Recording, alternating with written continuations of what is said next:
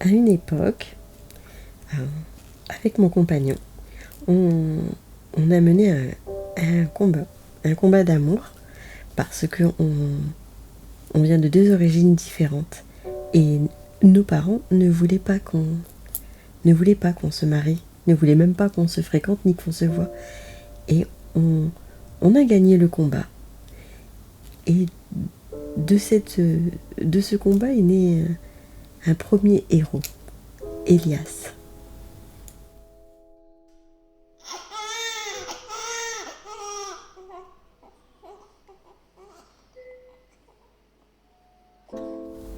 Et Elias arrive en 2003, un vrai enfant d'amour. Je tombe malade et par le traitement, j'ai dû arrêter la contraception. Et au bout de quelques mois, 3 mois, surprise, je tombe enceinte. 6 mois après Elias.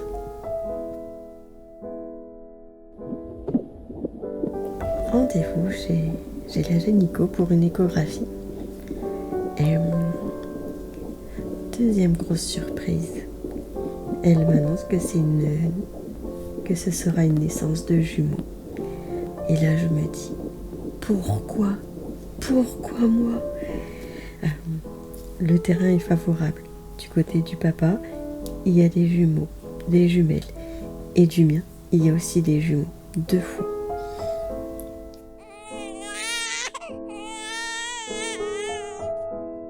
Et nous voilà avec 3 bébés, en peu de temps.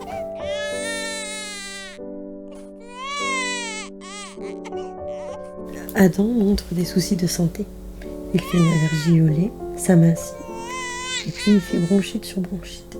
Une batterie d'examens s'impose, et là, on constate qu'il est asthmatique. Une prise en charge particulière est installée pour Adam. Il est vite mis sous ventoline. Il bénéficie du don de lait maternel. Pour me soulager, de temps en temps, Elias passe du temps chez ses grands-parents. Saba, sa sœur jumelle de Adam, se met d'elle-même en retrait pour laisser plus de place à son frère. C'est comme si elle s'est coupée de la fratrie.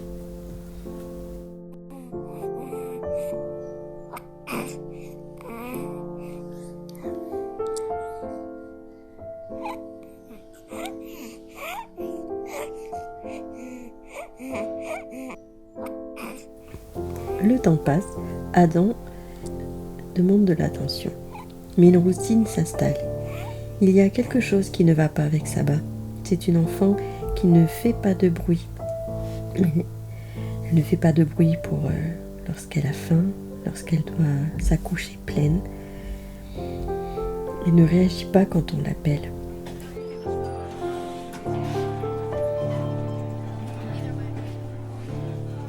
On va voir le pédiatre pour faire différents tests dans un hôpital spécialisé pour tout ce qui est auditif. Résultat, bonne nouvelle, Saba n'est pas sourde.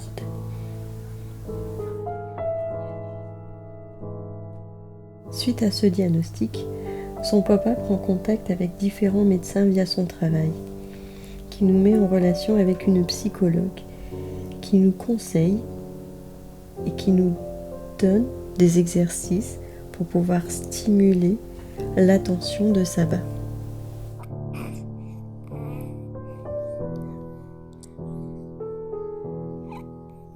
Tout rentre dans l'ordre.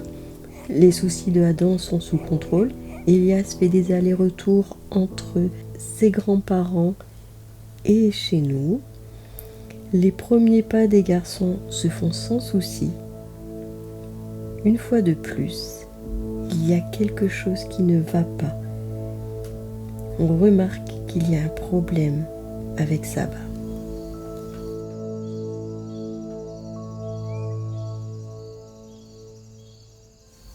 Saba tarde à faire ses premiers pas. Elle se déplace que sur son petit fessier. On retourne revoir les médecins. Très vite, des séances avec la psychomotricienne sont mises en place. Les séances se passent à la maison. Même si les exercices sont sous forme de jeu, les séances sont dures pour Saba.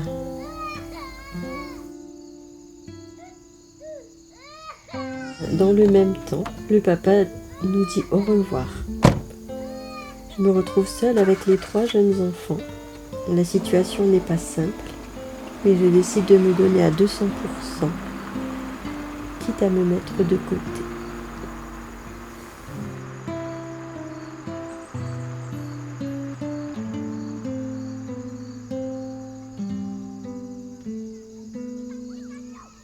La rentrée scolaire arrive. Saba marche. Adam gère son asthme et son allergie. Et le grand frère. Le grand frère, qui n'a pas encore fait parler de lui, rentre en scène.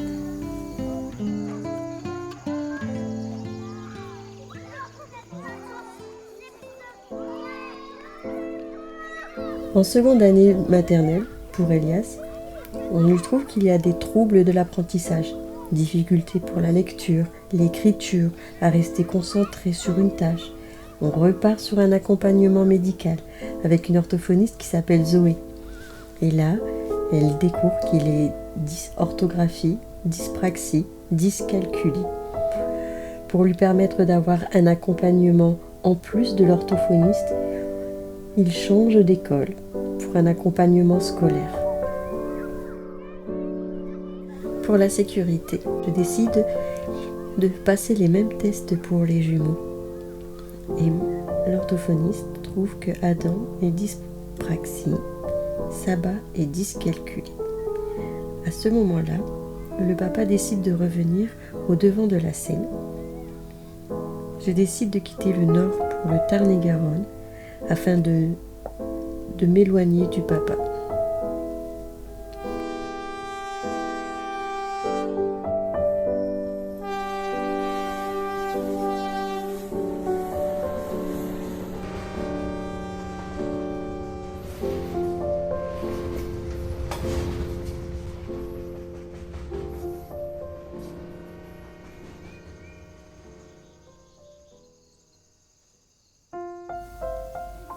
Arrivé dans le Tarn-et-Garonne, très rapidement, je mets en place les soins pour les enfants. Pas évident, on est très éloigné de tout.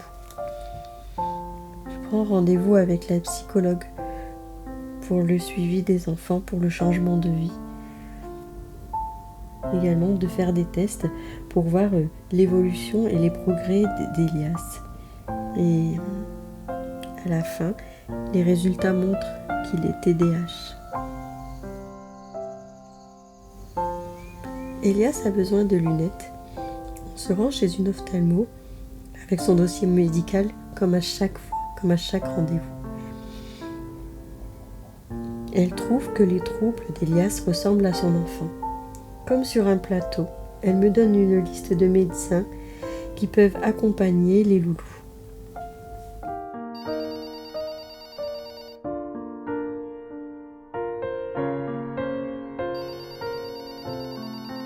Un nouveau rituel se met en place. Les loulous suivent avec assidu les rendez-vous chez les différents spécialistes. Ils s'adaptent bien avec leur nouvel environnement.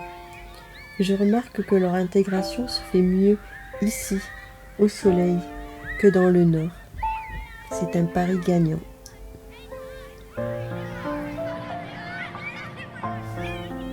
Aujourd'hui, les loulous sont adultes. Saba et Adam ont suivi un parcours classique. Quant à Elias, lui, il a réalisé son rêve de devenir pompier.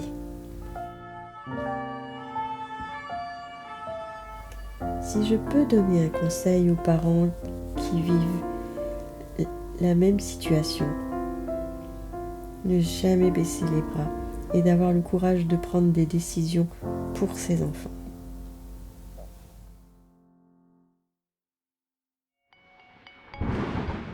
Vous êtes arrivé au bout de cette histoire. Avant de partir, laissez-moi vos impressions en commentaire. Ce podcast est produit de manière entièrement indépendante, sans promotion sur les réseaux sociaux. Si vous souhaitez m'aider à continuer à publier des épisodes, abonnez-vous à la chaîne et partagez vos épisodes préférés autour de vous. Et si vous avez le courage et l'envie de plonger dans vos souvenirs les plus cocasses, contactez-moi via l'adresse que vous trouverez dans la description de cette vidéo. Vous pourriez ainsi participer à un prochain épisode de Guéridon. Le podcast Guéridon est une création originale d'Elliot Gordon-Rix.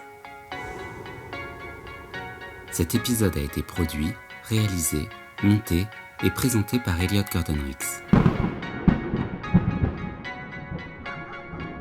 Je vous donne rendez-vous dimanche prochain avec un nouvel invité. Et d'ici là, n'oubliez pas